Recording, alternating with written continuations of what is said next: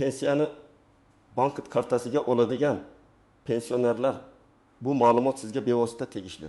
Chunki pensiya kartaga tushyapti. Demak, hammasi joyida deb xotirjam bo'lib yurish har doim ham to'g'ri emas. Ba'zi holatlarda karta bloklanishi, pensiya kechikishi, noto'g'ri ushlab qolinishi, hatto pensioner o'zi bilmagan holda ortiqcha to'lov yoki qarzdorlik masalasiga tushib qolishi mumkin. Men bugun aynan shu masalani oddiy tilda, lekin mutaxassis sifatida batafsil tushuntirib beraman. Videoni hoziroq oxirigacha ko'ring. Chunki aytiladigan gaplar har bir pensioner va pensionerning farzandlariga kerak bo'ladi. Kanalga obuna bo'ling, videoga like bosing. Chunki bunday ma'lumotlar ko'p odamning pulini, vaqtini va asabini saqlab qoladi. Oldin ko'pchilik pensionerlar pensiyani naqd shaklda, ya'ni pochta orqali yoki maxsus tarqatish tartibida olardi. Bunda pensioner uyida kutardi. Mas'ul xodim kelardi yoki pensioner belgilangan joyga borib pulini olardi. Bu tartibning qulay tomoni shunda ediki, odam qo'lida naqd pulni ko'rardi. Imzo qo'yardi va shu bilan masala tugagandek bo'lardi. Lekin bu tizimda ham muammolar ko'p edi. Ba'zida pul kechkardi, ba'zida pensioner uyda bo'lmasa, qayta kelish kerak bo'lardi. Ba'zida kimdir nomidan pul olish, ishonchnoma, ro'yxat, imzo kabi masalalarda tushunmovchiliklar chiqardi. Hozir esa pensiyani bank kartasiga o'tkazish amaliyoti kengaydi. Buning sababi tushunarli, pul tezroq keladi, hisob-kitob aniqroq bo'ladi. Pensioner istagan paytda bankomatdan yechib olishi yoki do'konda karta orqali to'lov qilishi mumkin. Lekin men doim aytaman, karta qulaylik bergani bilan uning o'ziga yarasha qoidalari bor. Agar shu qoidalarni bilmasangiz, pensiya kartangizda pul turgan bo'lsa ham undan foydalana olmay qolishingiz mumkin. Eng muhim o'zgarish shuki, pensiya endi faqat pul tarqatish masalasi emas, balki bank hisobi, karta muddati, identifikatsiya, SMS xabarnoma, PIN kod, bank ilovasi, plastik karta xavfsizligi, ijro hujjatlari va avtomatik ushlab qolish kabi ko'plab masalalar bilan bog'lanib ketdi. Ya'ni pensionerning huquqi faqat pensiyani olish bilan cheklanmaydi. U bank bilan ham, pensiya organi bilan ham, zarur bo'lsa ijro organi yoki soliq, kommunal tashkilotlar bilan ham to'g'ri munosabat yuritish kerak bo'ladi. Birinchi navbatda shuni aniq tushunib oling. Pensiya kartaga tushgani bilan u baribir sizning pensiyangiz. Bank faqat pulni saqlab turuvchi va to'lovni amalga oshiruvchi vositachi hisoblanadi. Pensiya miqdorini bank belgilamaydi. Pensiyani tayinlash, qayta hisoblash, oshirish yoki kamaytirish masalasi pensiya jamg'armasi va tegishli davlat organlari vakolatiga kiradi. Shuning uchun agar sizga pensiya kam tushgan bo'lsa, faqat bankka borib janjal qilish yetarli emas. Bank sizga karta bo'yicha kirim-chiqimni ko'rsatadi. Lekin nega miqdor o'zgarganini ko'pincha pensiya bo'limidan aniqlaysiz. Masalan, bir pensioner har oy 1,20 ming so'm pensiya olib yurgan. Bir oy kartasiga 1,20 ming so'm tushgan. U bankka borib, bank pulimni ushlab qolibdi deb o'ylagan. Bank ko'chirma berganida ma'lum bo'lgan. Pensiya aslida 1,30 ming so'm tushgan. Lekin 300 ming so'm ijro hujjati asosida ushlab qolingan. Bu holatda bank o'zicha pulni olib qo'ymagan, balki tegishli hujjat bo'yicha avtomatik ushlab qolish amalga oshirilgan. Demak, bunday vaziyatda sababni aniqlash uchun bank ko'chirmasi, ijro organi ma'lumoti va pensiya bo'limi tushuntirish kerak bo'ladi. Ikkinchi muhim masala karta muddati. Ko'p pensionerlar karta muddati tugashiga e'tibor bermaydi. Kartaning old tomonida oy va yil yozilgan bo'ladi. Masalan, 25 deb yozilgan bo'lsa, karta 2025 yil avgust oyining oxirigacha amal qiladi. Agar muddat tugasa, pensiya hisobga tushishi mumkin. Lekin kartadan foydalanish cheklanadi.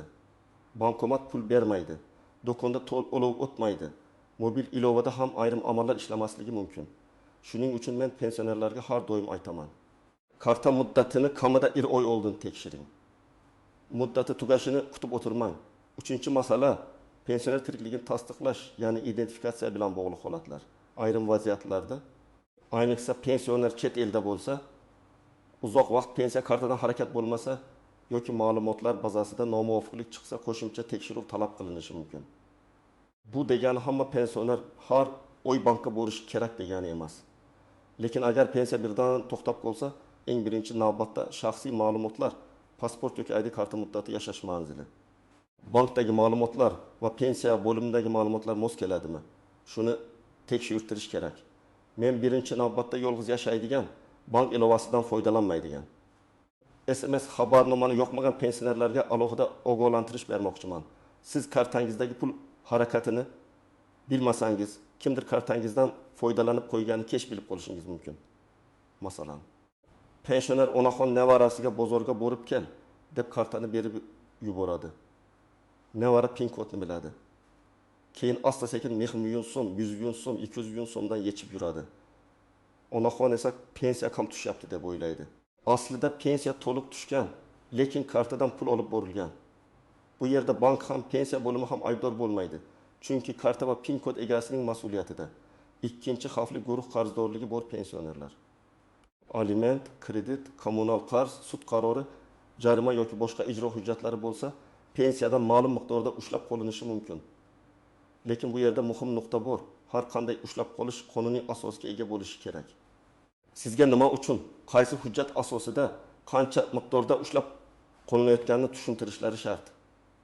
Agar siz 2000 so'm pensiya olsangiz va har oy 500 so'm ushlab qolinayotgan bo'lsa, bu raqam havodan olinmasligi kerak. Siz bankdan ko'chirma olasiz. Pensiya bo'limidan hisob kitobni so'raysiz. Ijro byurosidan qaror nusxasini yoki qarzdorlik ma'lumotini talab qilasiz. Uchinchi xavfli guruh chet elga ketgan pensionerlar. Ayrim odamlar pensiyasini O'zbekistondagi kartaga oldirib, o'zi Rossiya, Qozog'iston, Turkiya yoki boshqa davlatda yashab yuradi. Bunday holatda pensiya olish huquqi, yashash joyi, hujjatlar, ishonchnoma va shaxsni tasdiqlash masalalari ehtiyotkorlik bilan yuritilishi kerak. Agar pensioner uzoq muddat aloqaga chiqmasa, hujjatlari yangilanmasa yoki organlar ma'lumotni tasdiqlay olmasa, pensiya to'lovida muammo chiqishi mumkin. Shuning uchun chet elda bo'lgan pensioner yaqinlariga faqat kartani berib qo'yish bilan cheklanmasligi kerak. Rasmiy hujjatlar tartibini ham bilishi zarur. Agar siz pensiyangizni o'z vaqtida olayotgan bo'lsangiz, karta muddati amalda bo'lsa, pasport yoki ID hujjatingiz haqiqiy bo'lsa, bank SMS xabarnomasi yo'qilgan bo'lsa, kartani begona odamga bermasangiz va qarzdorlik bo'yicha ijro hujjatlaringiz bo'lmasa, ortiqcha xavotirga tushishingiz shart emas. Lekin xotirjamlik nazorat bo'lmasin degani emas. Men pensionerlarga har oy kamida bir marta karta bo'yicha kirim chiqimni tekshirtirishni maslahat beraman. Buni bankomatdan mini ko'chirma olib, bank filialiga kirib yoki farzandingiz yordamida mobil ilovadan ko'rib bilishingiz mumkin. Masalan, siz har oy 1700 so'm olasiz. Kartangizga har oyning 5 sanasida pensiya tushadi.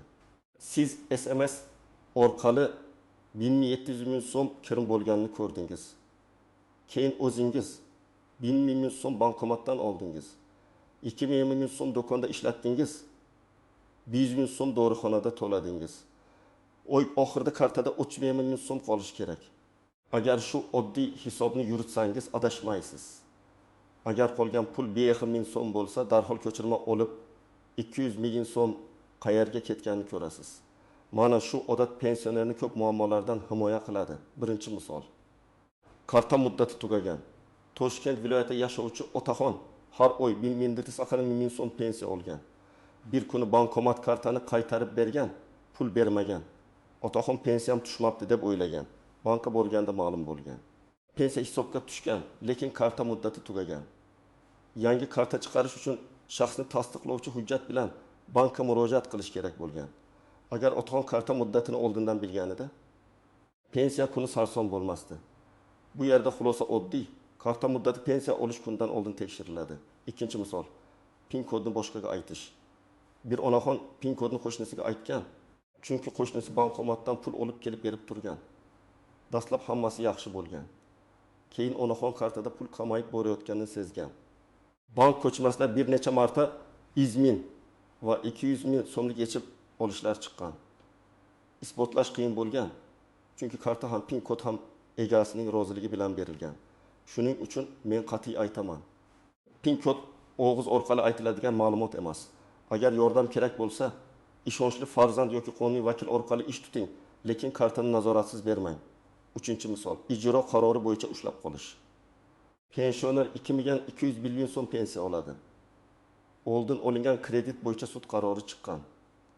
Har oy pensiyadan 400 so'm ushlab qolinyapti. Pensioner buni bankning xatosi deb o'ylaydi. Aslida bank ijro hujjati kelgandan keyin belgilangan tartibda ushlab qolishni bajargan. Bunday holatda pensioner birinchi navbatda qarzdorlik qoldig'ini aniqlash kerak. Balki qarz allaqachon yopilgandir. lekin hujjat o'z vaqtida yangilanmagandir. Balki ushlab qolish miqdori noto'g'ri hisoblangandir. Har ikki holatda ham yozma murojaat qilish kerak. 4-misol, pensiya kam tushgani ko'rinadi, lekin sabab boshqa. Ayrim pensionerlar kartadan avtomatik to'lovlarni ulab qo'yadi. Telefon, internet, kommunal, kredit to'lovi. Keyin pensiya tushgan zahoti 60.000 so'm telefon uchun, 20.000 so'm kredit uchun, 6.000 so'm internet uchun yechiladi. Pensioner esa menga pensiya 206.000 so'm kam tushdi deb aytadi. Men ko'chirmani ko'rsam, pensiya to'liq tushgan, faqat avtomatik to'lovlar ketgan bo'ladi. Demak, har bir avtomatik to'lovni bilish va nazorat qilish kerak. Eng ko'p uchraydigan nozik masala bu ishonchnoma. Pensioni o'zi bora olmasa, boshqa odam uning nomidan pul olishi yoki bankdagi ayrim ishlarni bajarishi mumkin. Lekin buning uchun og'zaki kelishuv yetmaydi. Rasmiy ishonchnoma kerak bo'ladi. Ishonchnomada aynan qanday huquq berilayotgani aniq yozilishi kerak. Pensiyani olish, bank kartasini rasmiylashtirish, hisobdan pul yechish, bank bilan shartnoma imzolash yoki hujjat topshirish. Agar ishonchnomada faqat umumiy gap yozilgan bo'lsa, bank ayrim amallarni rad etishi mumkin. Ikkinchi nozik masala vafot etgan pensionerning kartasi.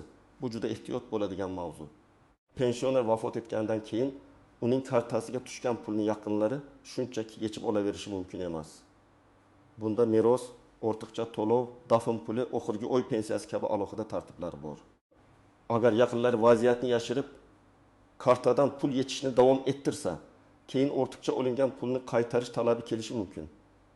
Shuning uchun bunday holatda darhol tegishli organlarga xabar berish. Bank va pensiya bo'limiga murojaat qilish kerak. Uchinchi nozik masala karta bloklanishi. Karta har doim ham bank xohlagani uchun bloklanmaydi.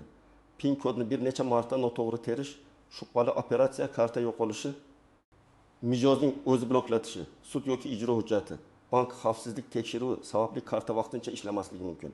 Agar karta ishlamay qolsa, birinchi savol pul tushdimi yoki karta ishlamayaptimi? Bular boshqa masala. Pul tushgan bo'lsa, lekin karta bloklangan bo'lsa, bank orqali yechim topiladi. Pul umuman tushmagan bo'lsa, pensiya bo'limi orqali sabab aniqlanadi. 4-nozik masala bankomat pul bermay, lekin hisobdan yechilgan ko'rinishi. Bunday holat kam bo'lsa ham uchraydi.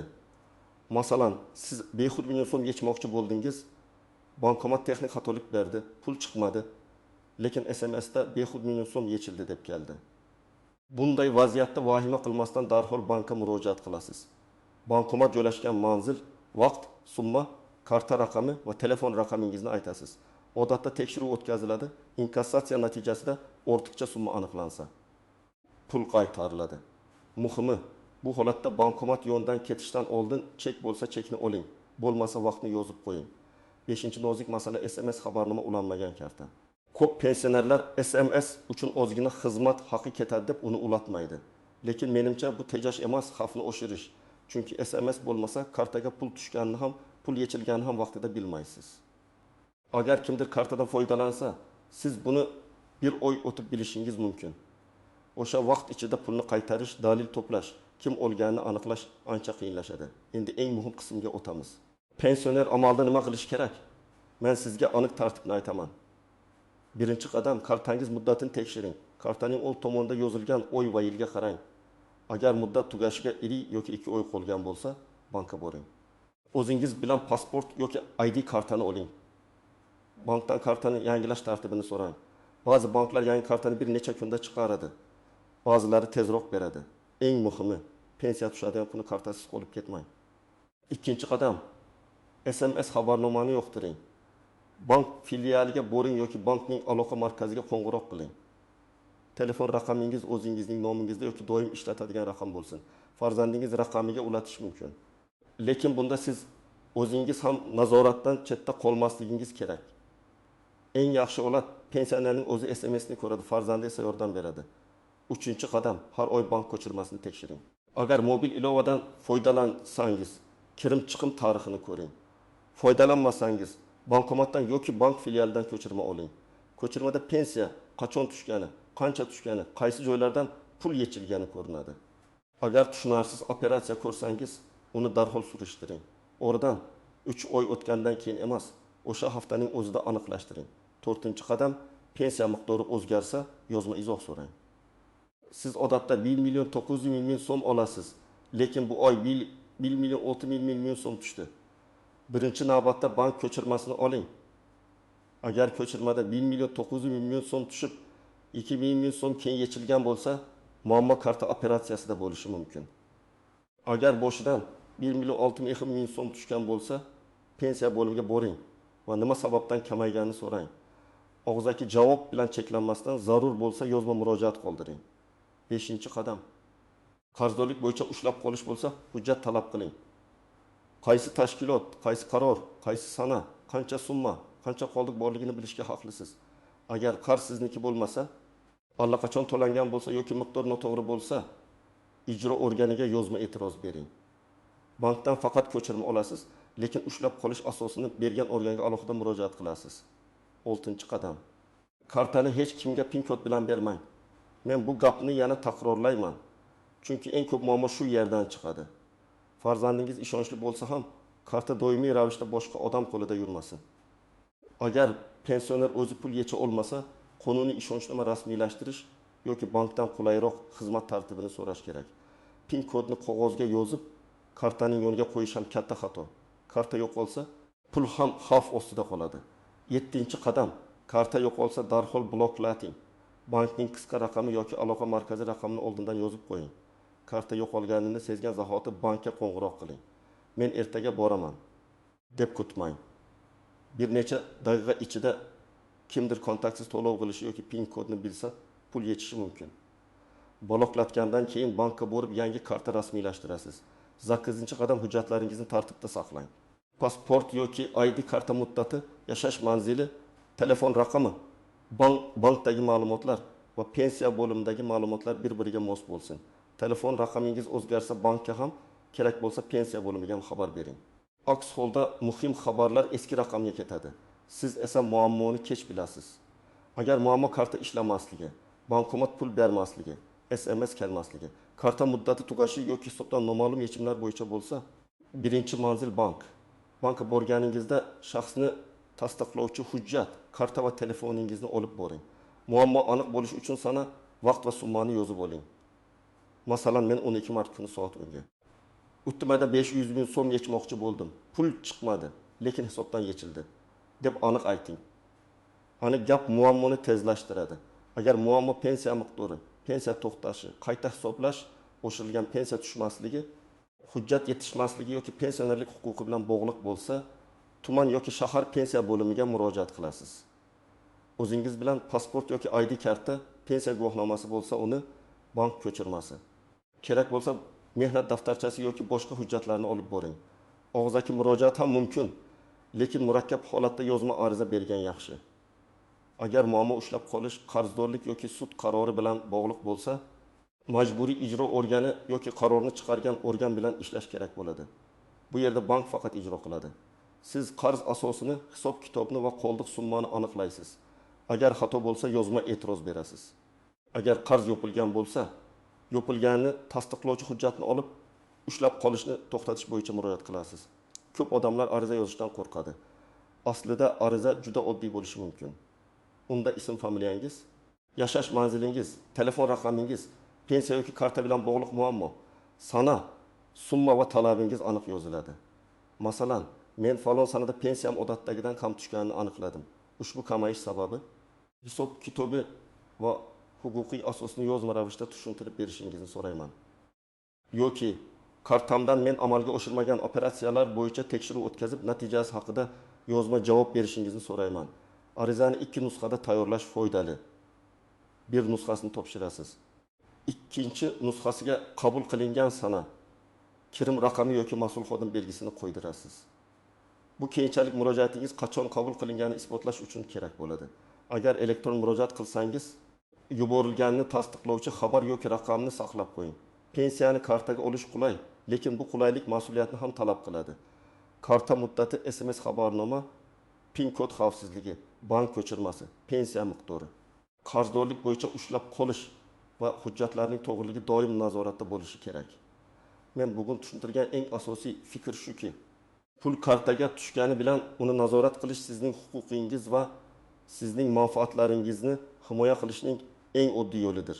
Agar pensiya kam tutsa, avval bank ko'chirmasini oling. Agar karta ishlamasa, bankka murojaat qiling. Agar pensiya miqdori o'zgarsa, pensiya bo'limidan yozma izoh so'rang. Agar ushlab qolish bo'lsa, uning hujjatini talab qiling. Agar karta yo'qolsa, darhol bloklating. Agar PIN kodni kimdir bilsa, uni almashtiring. Mana shu oddiy qadamlar ko'p pensioner ahillarni katta muammolardan saqlaydi.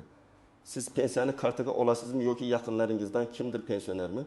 Kartaga pensiya tushishi, ushlab qolish, karta bloklanishi yoki pul kechikishi bo'yicha sizda qanday holatlar bo'lgan? Fikringizni izohlarda yozib qoldiring, chunki boshqa odamlar ham sizning tajribangizdan foyda olishi mumkin. Videoga like bosing, kanalga obuna bo'ling va bu ma'lumotni pensioner ota-onangiz, qo'shnilaringiz va tanishlaringizga yuboring. Bu oddiy ogohlantirish kimningdir pensiyasini saqlab qolishi mumkin.